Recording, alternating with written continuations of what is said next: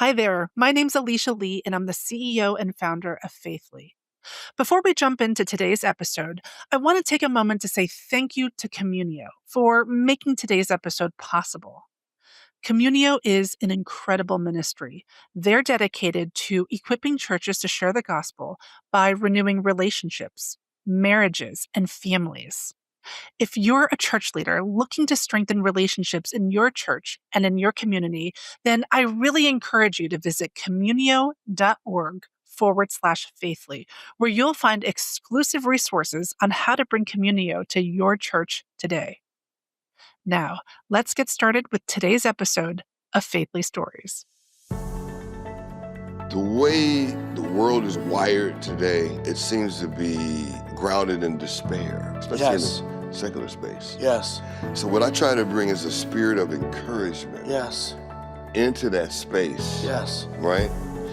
That could reflect God's three theological virtues, Adam. Those virtues are charitable love, grounded in faith. It allows you to ground your faith to inspire, encourage, hope. Welcome to Faithly Stories, the podcast that brings you inspiring tales from conversations with church leaders as they navigate the peaks and valleys of their faith journeys through their ministry work and everyday life.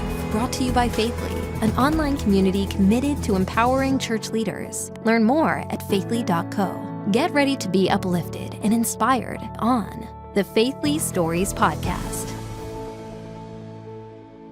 Welcome to the Faithly's podcast. I am sitting here with Reverend Elliott Johnson. Hello, my friend.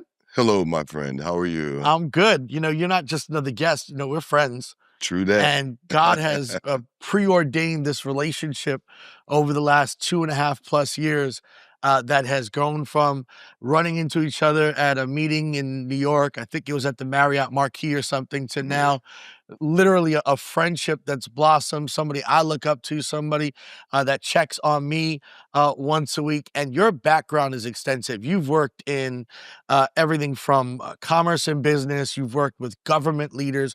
You've worked in the faith space. It's amazing to me. It's so many of the things I want to be involved in and that I want to emulate. Tell the audience, these ministers that are watching, pastors, leaders, some in the government space, some in the NGO space, a little bit of your background. Well, Adam, really, I just thought I was trying to keep up with you. However, let's just start from the beginning. I'm from the south side of Chicago. Okay. Right? I like to refer to myself as a poor colored boy. Okay. Off the south side of Chicago. Okay. And I had an opportunity to go out east to school. I went to Howard University. Yes, sir. Howard Business School. And where I was able to get my undergraduate and graduate degree in marketing and management and international business. I took back then, and this is the 70s, I took the civil service examination. Okay. And I was qualified to work in the public sector, public government, right? So I had an opportunity to stay in Washington, D.C. I could have went to Philadelphia or go home to Chicago. So obviously I went home to Chicago and had an opportunity to be a city manager and advisor to 4 mayors in Chicago. One of the more popular mayors was late Richard Daley Sr., the man they called the boss. Okay. And they called him the boss for a reason, but I won't go into that because, At least not on this podcast. Not on the podcast, that's right, you know what I'm saying? And then his predecessor, Michael Bolandic, the first woman mayor of Chicago, Jane Byrne, and then the first African-American mayor, which was a man by the name of Harold Washington, who wound up becoming a mentor to me and encouraged me to go into the private sector. Thought I was wasting my gifts, as he called them, in the public sector, because he would do edicts for city commissioners, aldermen, city department heads, and they wouldn't follow them. And then I would meet with them individually, and next thing you know, they're singing Mayor Washington's praise. So he said, "You're an influencer." And so there's a big movement right now to bring African Americans in to the consumer product industry and put them on the C-suite track. Okay. And I have a good friend who is the CEO of a consumer product company. I was like, well, which company is that, sir? He said, Philip Morris. I said, well, I don't smoke. He said, well, Elliott, didn't I bring you into the smoke? There's plenty of smokers. They're Okay. bringing you for senior management. I was like, okay. And I said, do I have to? He was like, yeah, here's your pink slip. A closed door, but it's an Yeah. open door on the other But side of it. I got it. And so, but at that time, there was a ban on advertising Sure. in the cigarette industry. So the Philip Morris Corporation bought two companies, Kraft Foods and the Miller Brewing Corporation. So they brought me in and they placed me with the Miller Brewing Corporation. Now, I didn't drink, so I don't drink, I don't smoke.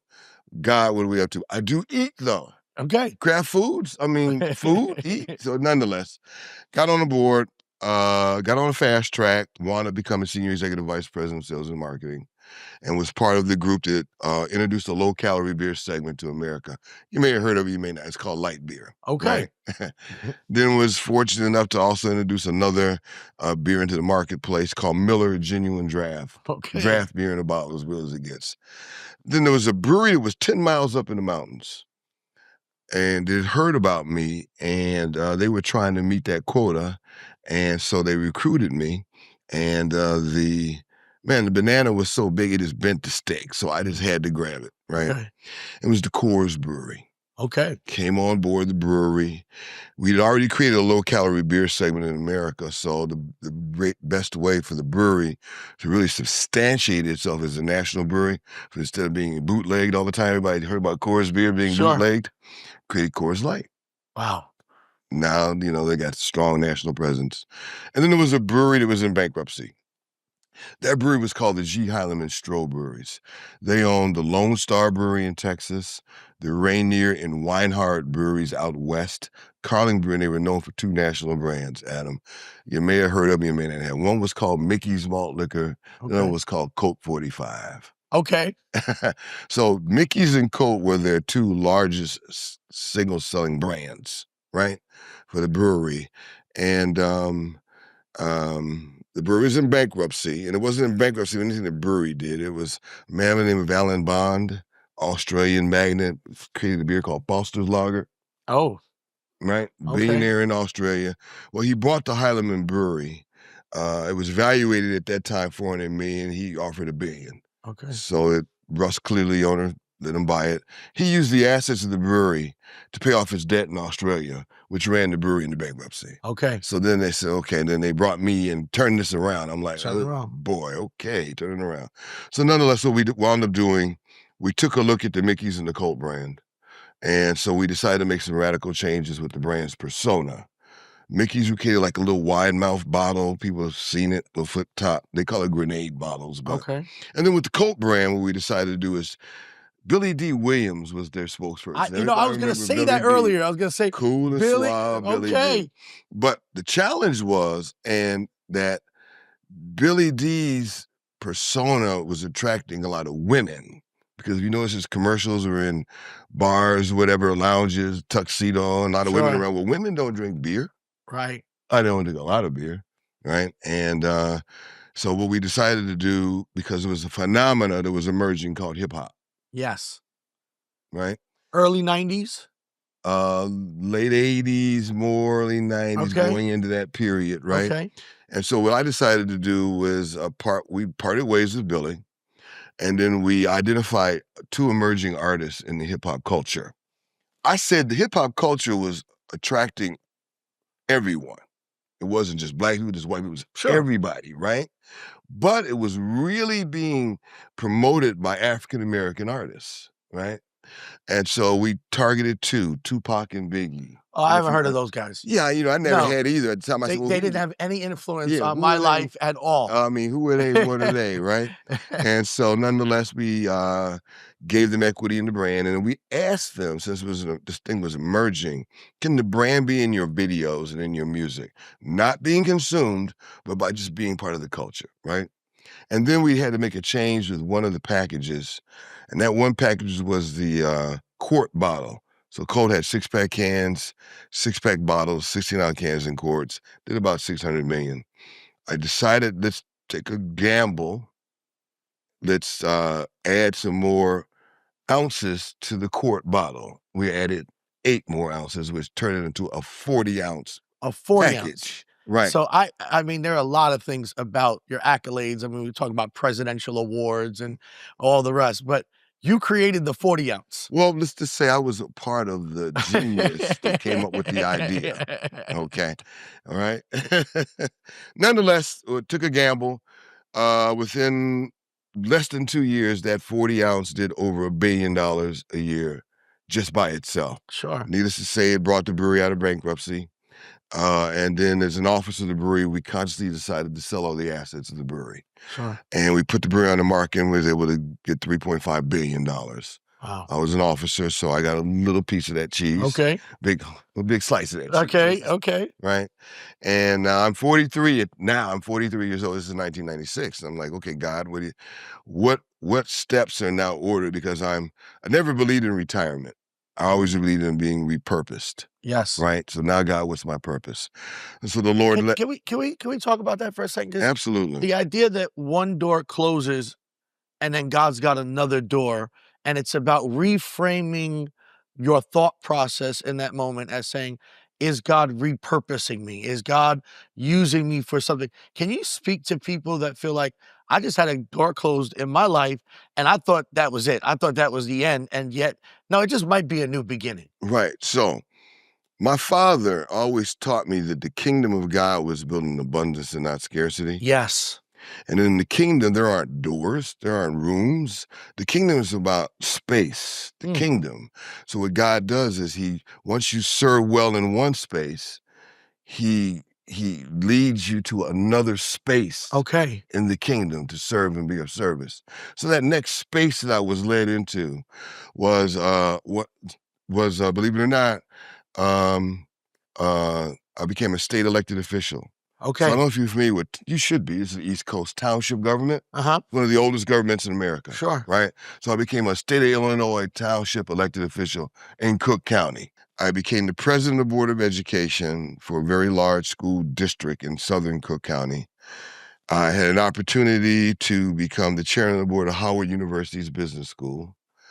Then I had an opportunity to be the chairman of the board of the YMCA for the Midwest region, the chairman of the board of the United Way for the Midwest region, and then I had an opportunity to be an advisor to the Clinton administration for Democratic leadership. I had an opportunity to be an advisor to the Obama administration for foreign trade. Now my international business as MBA goes to play. And then I had an opportunity to be an advisor to the Biden-Harris administration for faith and community partnerships. And as you alluded, Biden did award me the lifetime. Just this past December. Just this past December, Lifetime President's Achievement Award. So praise God for that. So you've navigated all these spaces. You know, most identifiable when I run, when I speak to you, when I text you, I call you Reverend EJ. And there are a lot of pastors, ministers that might be watching that think, well, my role or my anointing is somehow contained into I'm a pastor, period. Instead of I'm a pastor, comma, I'm also in commerce. I'm also working in government. I'm also working in the nonprofit space. Because the truth of the matter is, we could run through the amount of areas you're currently involved in as a senior advisor on the board of. What would you say to the guy that feels like, or the lady that feels like, I am only this, and yet God has more for them? So that's a real good question, Adam. And when they call me Reverend Johnson or Rev EJ. Reverend EJ. It's because I did go to seminary. I didn't Yes, mention sir. that. And I went to the seminary. And I went to the seminary what I would call late in life, and some folks say it was right on time. And I was 60 years old at that time. And it was clear to me that my purpose for why God had given me the opportunity to serve and be of service in all those other spaces was to prepare me to have that theological experience in seminary, but more importantly, and I use this language, and we talked about this the other day, to become a kingdompreneur. Yes. Not an entrepreneur. Right. But a kingdompreneur. Kingdompreneurship, Deuteronomy 8:18, all this is God's. Yes. None of this is ours. Yes. So God had already determined and ordained our purpose for we even created. And then he created us to serve and serve into it. Yes. And so I believe that there's a lot of folks that are in ministry went to the seminary first, early on. Okay. Then maybe became bivocational and did all these other things. So Sure. the pay in that particular vocation isn't, very fruitful. Sure. But it'll provide. So I think he did that, and so that I could sit with people and say that, one of the blessings of having a theological education, whether it be through seminary, divinity school, Bible college, however it is, right, you're Sure. equipped and prepared, is really to be able to go back into the secular space, right, and do good works. Sure. Right. So, but for me, I didn't realize I was doing the good works early on until later on. Sure. And then it wasn't until later on God led individuals like you, right, into my space to serve and be a service alongside. So I would recommend or suggest or ask people to put prayer and ponderance behind really understanding we're all kingdompreneurs. You don't have to go to seminary for that. We're all that, right? And it's based on your faith, right? And Jeremiah 1:5, like I said, God had already predetermined, what our purpose was to serve and be a service, to glorify him in his space. Yes. Which is Deuteronomy 8:18. So how does your faith show up in those spaces? I know for me, people ask when they find out that I sat on Mayor de Blasio's clergy advisory council or now Mayor Adams, and they say, well, but policy doesn't seem to be in alignment with your faith. And yet I feel like my job is to bring my faith with me, but not necessarily have to preach a sermon all the time. Right. How does your faith show up when you're working with, because you're still currently working with not just CEOs in business and in government and then of course in the Christian space as well. Obviously, senior advisor Bishop Claude Alexander, who's a dear friend of mine, somebody that I admire and look up to. How does your faith show up in a secular place that might seem to be adversarial to what your faith would want to express, but yet you've got to show God off in a way that is palatable to that group of people? I would say it shows up in one word, or 2 words, 3 words: spirit of encouragement. Okay. Right? The way the world is wired today, it seems to be grounded in despair. Yes. Right? Especially in the secular space. Yes. So what I try to bring is a spirit of encouragement. Yes. Into that space. Yes. Right? That could reflect God's 3 theological virtues, Adam. Those virtues are charitable love. God's a charitable, loving, giving God. Yes. Right? Grounded in faith. It allows you to ground your faith to inspire and encourage hope. And so that's what I try to bring into every situation and every opportunity I can with people I know, people I don't know, and prepare myself for people I will know. Okay. And you married Hope. Yeah, Lady Hope. Lady Hope. Yeah. So for those of you that don't know, his wife's name is Lady Hope. Amen. His wife, Amen. and she is Amen. fantastic. We both married way up. I texted my wife too this morning, let her know I'm married way up. But that's interesting because, I've never thought of specifically the role you have in my life, but in a very accelerated way in 2.5 years. I tell guys all the time, I say, you need a Paul, you need a Timothy, you need a Barnabas. And for all of your accolades and our age difference and all that, you could have almost come in and forced a Pauline I'm here to mentor you. And I've never felt that from you. I've always felt like a come alongside you. I want to be a Barnabas. Right. What does that mean to another leader? Like, I want to come alongside you and be a Barnabas. I heard somebody once say that Barnabas might be the most important person outside of Jesus in the New Testament. Because if we don't have Barnabas, we don't have Paul, we don't have Timothy. He's the guy that sticks his neck on the line. Correct. When they're like, hey, I'm not messing with Paul. Paul was killing people, and now you want to bring him to the church leaders. This might be some covert operation to knock us all up. And Barnabas is like, hey, man, I know you can't trust him, but you could trust me. And he sticks his neck. When I think about Reverend Elliott Johnson, man, and I'm getting this in real time right now, I'm thinking, man, Reverend Elliott Johnson is a Barnabas, man. This is the kind of guy that has been willing to stick his neck on the line for me or encourage me. Your weekly text that I get is always a voice of encouragement so that no matter what I'm facing, I walk away far more encouraged after having read it. What does it mean for you that you're a Barnabas? There's so many. Well, it means everything to me. Once again, I entered into what I would call this sacred space a little bit later in life. Sure. As opposed to you entered into it a whole lot earlier in life, right? So when I say I'm trying to keep up with you,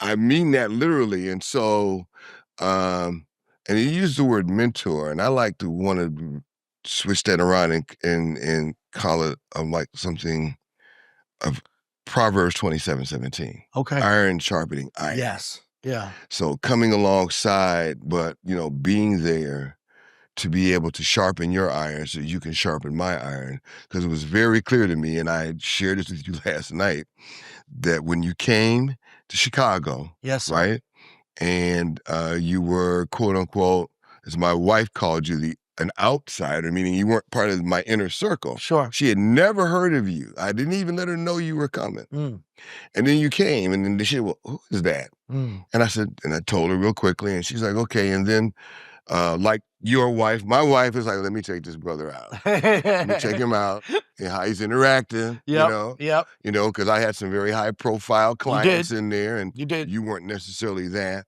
But she knew me. She knew that God had encouraged me and inspired me, right, to invite you to come alongside me, right, in my sacred space. Yes. Okay? And there was all secular people there. And I wanted to see how you handled yourself because I got a plan. And so needless to say, afterwards, and, she knew everybody else there. So we're sitting in the box, and she was like, Adam Durso. So I understand why you invite him. I said, well, tell me why I invite him. It's just because he's a leader. This is the way he carries himself. And not only is he a leader, but he's like you, he leads leaders. And I was like, yeah, that was the spirit that came over me with my discernment. And that meant that I needed to serve and be of service alongside him, right? And he could help me feel more comfortable in the sacred spaces of Reverend Elliott Johnson. Every time I say that, I had to always go downstairs in my case and take a look at my 2 seminary degrees. That's my name. Even though my father was Elliott Johnson and so was my son, but no, that's me. And so anyway, and you did that for me. And then she told me, she said, you have to take care of him. I said, I know. So for me, so God has given me this whole assignment, anointment, appointment of being a steward. Yes. Of the resources. Yes. That are within the abundance of the kingdom. Yes. The reservoir. I can't access it though until God brings a cause and a purpose. Wow. And that cause and purpose is called Adam Durso. Thank you, man. I've always felt that 100%. Yeah. As we sit here, the background doesn't look like New York City, but we're in New York. We're in New York City. We're on Long Beach, Long Island. We just hosted 70 plus pastors for a retreat, a safe space to encourage, to equip, to empower. And this is not your first time being here. Matter of fact, at this point, you're part of the host committee. You're welcoming guys. You're seeing some of the alumni. You're making sure you're getting over to the new guys that, haven't been there. What, in reflection on the last 70 hours that we just had, the last 30 hours that we just had with 70 plus leaders, what would you say your takeaways were? Whoa, boy. My takeaways were, one, where to continue to affirm my purpose as a leader, because I was amongst the leaders Yes. who were looking to be nourished, right, by this experience. Yes. 30 for 30 is an experience, Yes. right? Wasn't clear about it, if we can be transparent, the first 2 times. Sure. Because the first 2 were in one marketplace, it's Atlanta. Yes, sir. I missed here, some things were going on. I missed Austin, some things were going on. And it was so funny, my wife was saying, you're not going to miss this next one, because I told you to take care of them. Well, I don't plan on missing it, dear, but thanks for the reminder, right? And so that meant now I need to understand coming there and being a part of the experience, Right. a member of the experience. I just let God be God with me. And it was very clear that this is a catalytic moment. Yes. Okay. There are a lot of young men in that room that were looking and needing, right, for something to inspire them and encourage them, right? So the speakers were all that. The food was all that. Jumping Jawillikers, right? And then, the ambience of the scenery. Yes. Long Beach. Yes. Right? And I was never really a big fan of New York City. I got to be straight up with you. Okay. Yeah, I call New York Little Chicago. Oh, that's hurt. That's hurtful. But now I've got to flip the switch. Okay. Ain't call Chicago a little New York now. Okay. Because being here and being with you and being here, and I've been here with you that first time, right? And then this time, and then it was another time we were together here. Yeah, we had Movement Day. We had the Marriott Marquis and event, all that, and yeah. some of the other things. Yeah.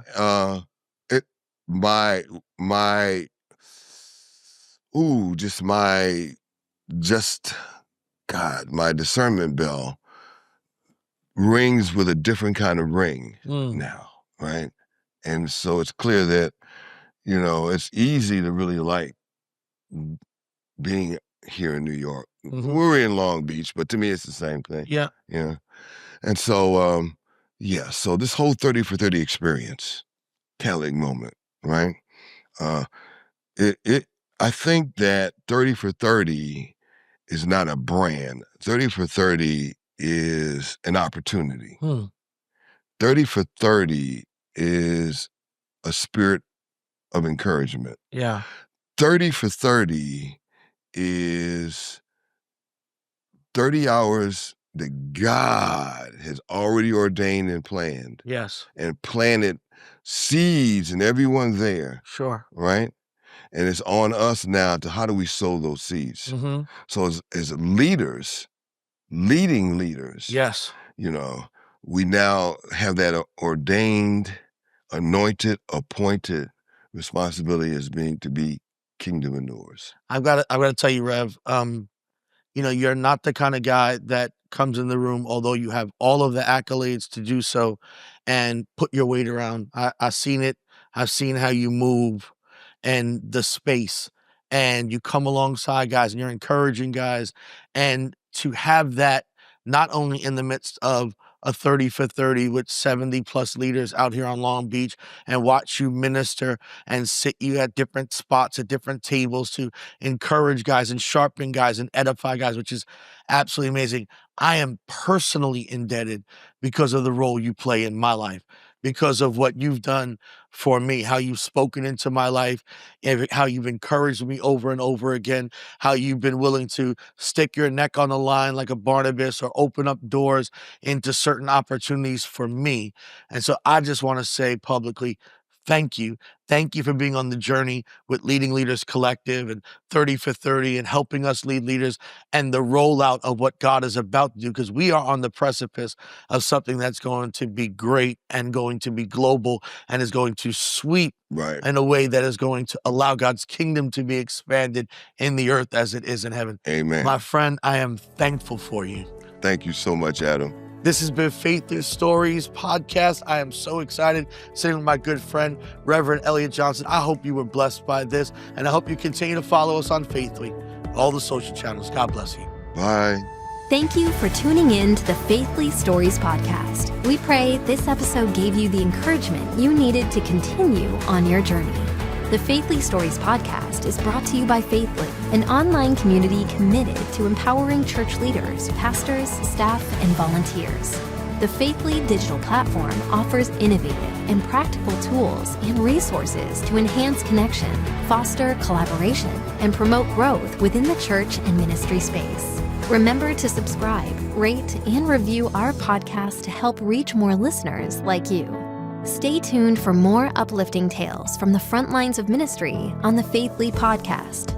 Stay bold, stay faithful, and never underestimate the power of your own story.